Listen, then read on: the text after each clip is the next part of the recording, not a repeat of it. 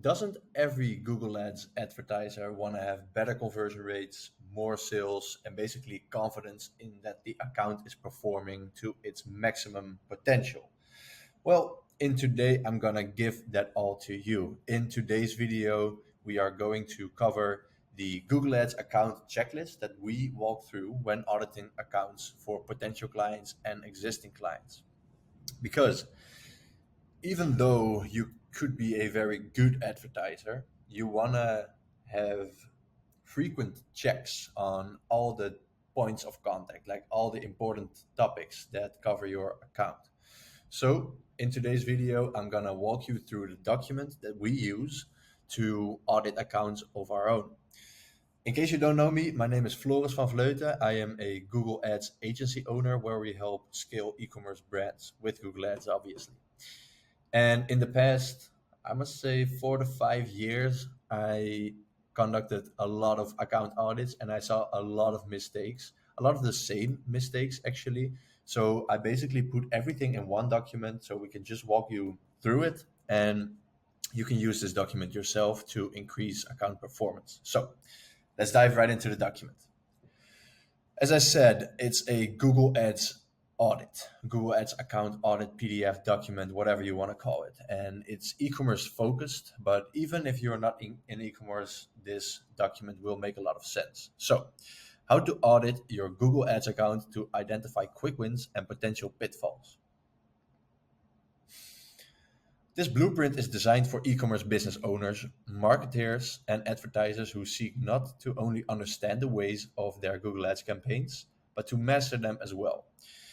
Whether you're trying to increase your conversion rate, as I said, trying to improve your return on ad spend, or simply to ensure that your ads are reaching their full potential, this guide is going to be your compass. So, you will have to do the work to audit like the business, the company, and the account yourself, but this document will help you through doing that. Make sure you actually put in the work because the more work you put into this, the bigger the advantage will be that it will give you. So the first step you have to do, the first step you have to take is to create a copy of this document. And secondly, which the thing you are already doing is check out this video where I walk you through it. What we are going to cover is the business, the Google Ads environment, and the roadmap. So what to do after the audit. And that's probably the most important, the crucial part.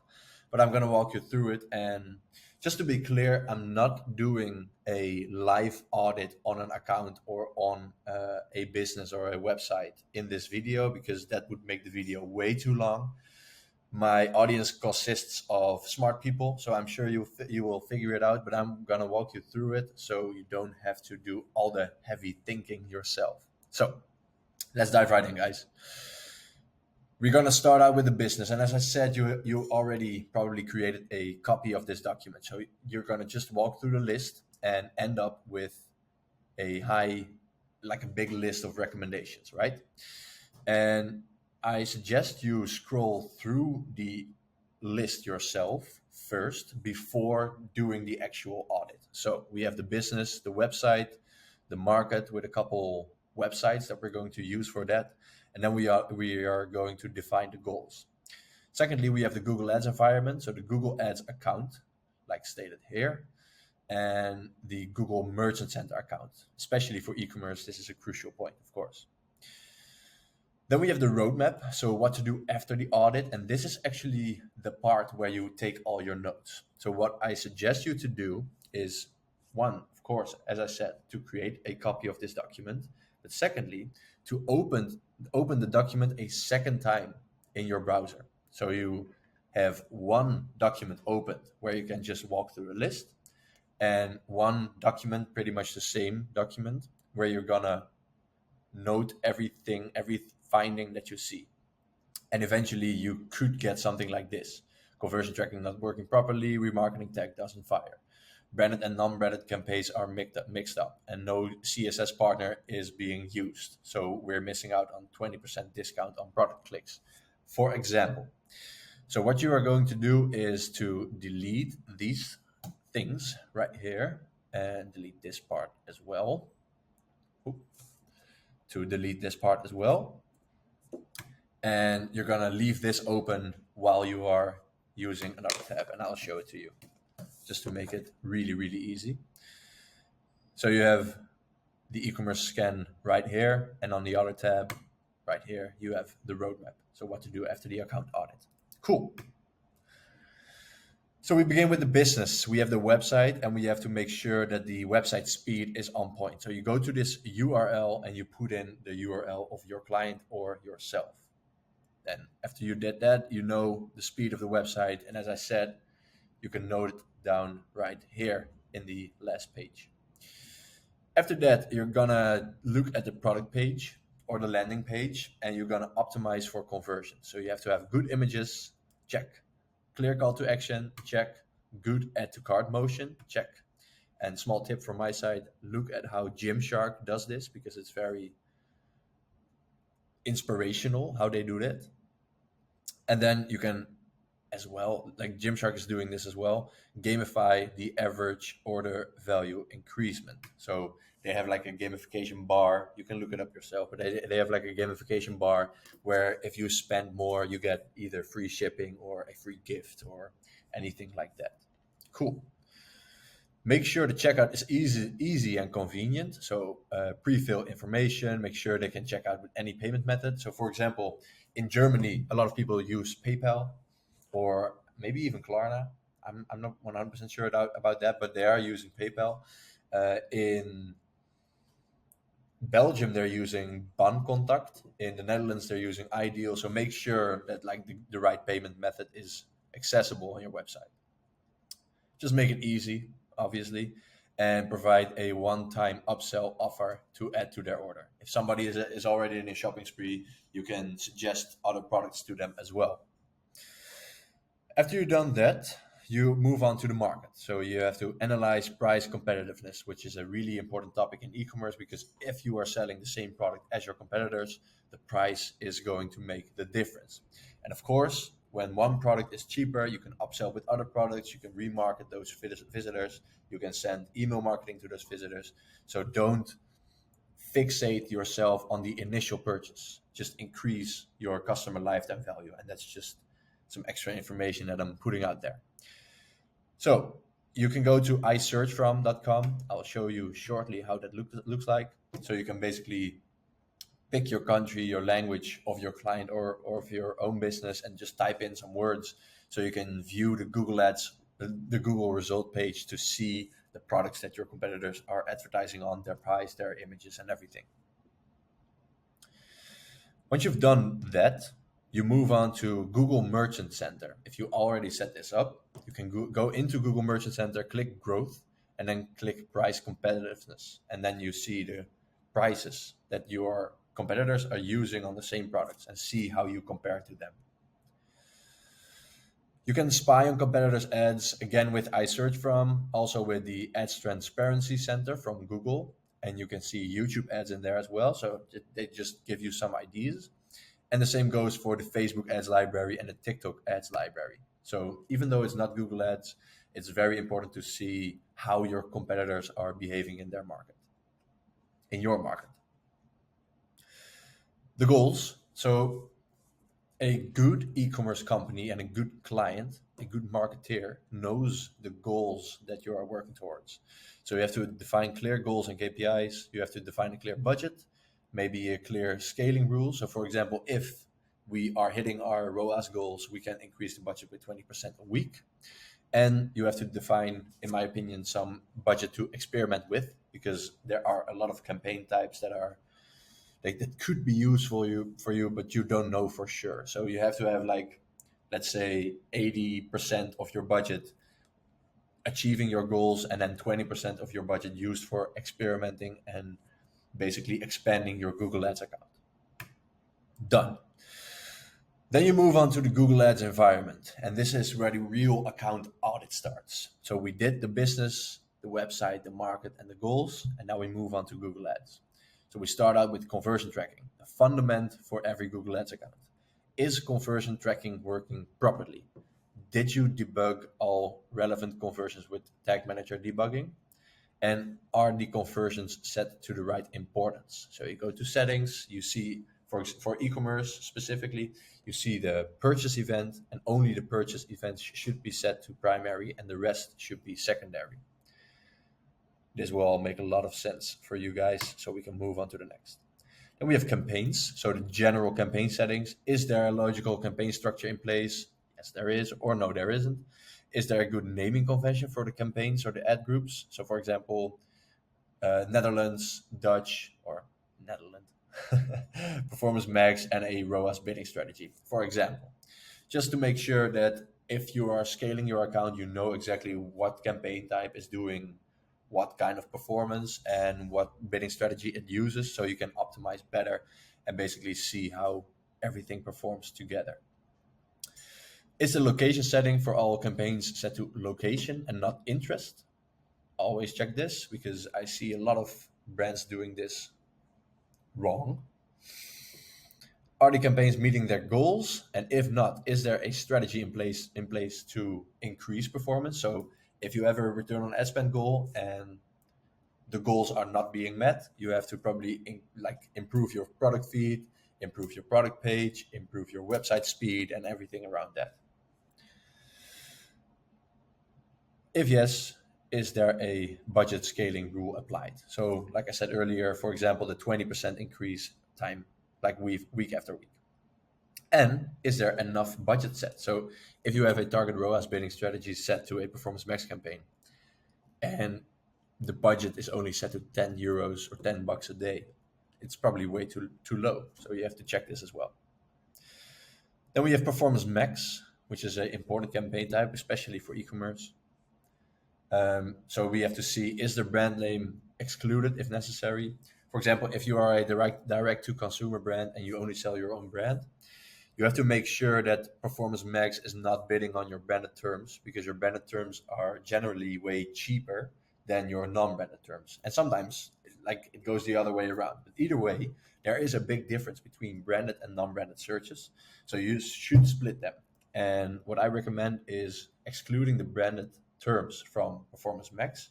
There's a brand exclusion option in the Performance Max settings. So just exclude your brand and set up a standard shopping campaign for the brand name. Are the Performance Max placements relevant? So you go into reporting, you check Performance Max placements, and for example, there could be a lot of app placements also stated here, and app placements are very low performing placements in terms of conversion, so you probably want to exclude those. Are the audience signals used properly? So, for example, you want to have audience signals that focus on new customers and not, by definition, either existing customers or way too broad. So, are audience signals used properly? You have to check that. And then you can move on to the keywords. So, are the search terms regularly checked and negative keywords and irrelevant terms being excluded? And the same goes for underperforming keywords. So it goes without saying that you have to do proper keyword research, of course, but this goes just about the account audit. So just check the keywords, make sure everything is relevant, make sure everything is high performing, and then move on to the next step. So you have the products. Is product performance regularly checked? Yes or no? Are well-performing products being scaled in new campaigns or a new budget set to them? And are bad performings being excluded from the campaigns? It's a really important topic because a lot of brands are spending wasted budget on products that are either not performing at all or are products which are generating conversions at a loss, which is bad. After you've done the product, you can move on to the search ads specifically. So is the click-through rate of the ads good to compare it to the benchmark? You can look this up as well. Try to aim for 5%, between 5 and 10% plus. Sometimes 3 or 4, but in general, aim for 5 to 10%. Are there regular A/B tests for new ad angles for responsive search ads? Are responsive search ads set up? Are dynamic search ads set up? You can check that as well. Are relevant extensions utilized? So image, business name, business logo, site links, callouts, structured snippets, call extension, if applicable, price extension, and promotion extension, especially with Mother's Day, Easter, Christmas, Father's Day, all the days that we have in the year, which are basically boosting your sales. You can add those to promotions, of course. And then we have some shopping ads. So if there's a branded shopping campaign, are the non-branded terms excluded? Yes or no? And if there's a non-branded shopping campaign, are the branded terms excluded? Yes or no? Is there a logical structure in place of in terms of product groups? So either category, price, profit margin, performance, whatever. You just have to think about a logical structure and make sure it's set in place. Shopping ads done, and then we move on to the Google Merchant Center account. So, are all the products active? It's a big pitfall for a lot of advertisers, but also e-commerce business owners, that they could be fixated on optimizing the Google ads specifically. But the optimization for Google Ads not only takes place in the Google Ads interface. So you also have to check the Merchant Center and, of course, the website and everything around it. But check the Merchant Center regularly to see if all products are active, if shopping ads is even enabled, if dynamic remarketing is enabled, if free listings are enabled. They're just free sales. If there's a CSS partner being used for 20% shopping discount, which is probably the best choice for like 99.9% of all businesses advertising on Google Ads. We recommend Product Hero for this. Not even affiliate, but Product Hero is a good CSS partner. All product attributes being utilized? This is also an important topic because, for example, if you are a fashion brand, you want to add like color, material, size, condition, and everything. So are all product attributes being utilized? You have to have a good title. You have to include crucial keywords to that. And again, we come back to the keyword research, which is a really important topic. And you can use just the Google Keywords Planner for this, because the Google Keyword Planner is made for you to increase performance. So do keyword research, conduct keyword research, take out the most crucial keywords and bid on them in search ads, but also include them in your product titles to increase performance. Try to stand out from your competitors. So we had this website, right? The I search from website. If you go there and look for your product name and not your brand name particularly, but your product name, you see what kinds of images your competitors are using. And if you want to stand out from them, you don't have to, you don't want to use the same product images as they are using. So no white background, simple product. Maybe you want to use lifestyle products, or maybe you want to use some other ways of advertising, and you want to stand out from your competitors, because that will make the difference. Even if you are like the third or the fourth advertiser or the fifth, people will click on you when you stand out. So that's a very important topic. GTIN has to be added, or MPN or whatever, but if applicable, if you have like the product code, just add it, because Google will attach like the product performance from your competitors as well, and they could boost sales, besides the fact that it's like mandatory. Does the product category make sense? So the Google product category, if you are selling t-shirts, for example, you don't want to be in the clothing category. You want to be in the t-shirt category, right? Are all other crucial attributes utilized? So as I said, color, size, material, condition, etc. You have to check that. And last but definitely not least, are all reviews connected? So if you are, for example, using Trustpilot, there's a very simple integration that you can make between the product reviews that you generated and the Google Shopping ads. And if a potential customer looks up your product and he sees 5 ads with just one ad having reviews under it, that creates some social proof for it, and the person will definitely click that advertisement. So reviews are very, very important. And then we have a bonus one: install Performance Max Insights script to get additional insights on Performance Max placement performance. If you are using Performance Max, of course. But this is a script that has been created by Mike Rhodes, which is a Google Ads advertiser. And if you use the script on your account and you are using Performance Max, you can see all the placements and the performance per placement. So you can optimize with that new data that Google doesn't give you. So that's a very useful one as well. Well, after you've done all these steps, you walk through it with me, maybe pause the video, check some things, and then you taken some notes. You will probably have a big list here with like 10, 20 things that have to be improved. What you can do, depending if you are the e-commerce business owner or you are the marketeer or the agency or whatever in between, what you can do is prioritize these and create a roadmap for it. So, for example, it is now the 12th, like let's say, for example, it's now week 12.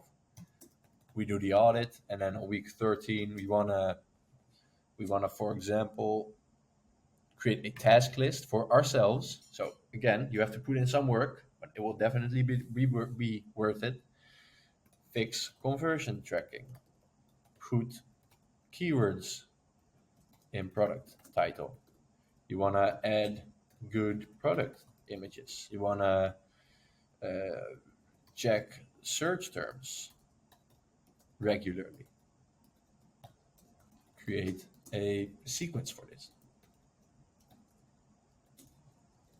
Create a planning for this. That's better. And then you move on to week 14, for example, just say. And then you can create some new task 1, task 2, task 3, or 4, whatever. Points clear. And this is basically all you have to do to audit the market, the website, the Google Ads account, the Google Merchant Center account, and everything in between to make sure you are performing at your very best. So, thank you so much for watching this video. I hope everything is clear.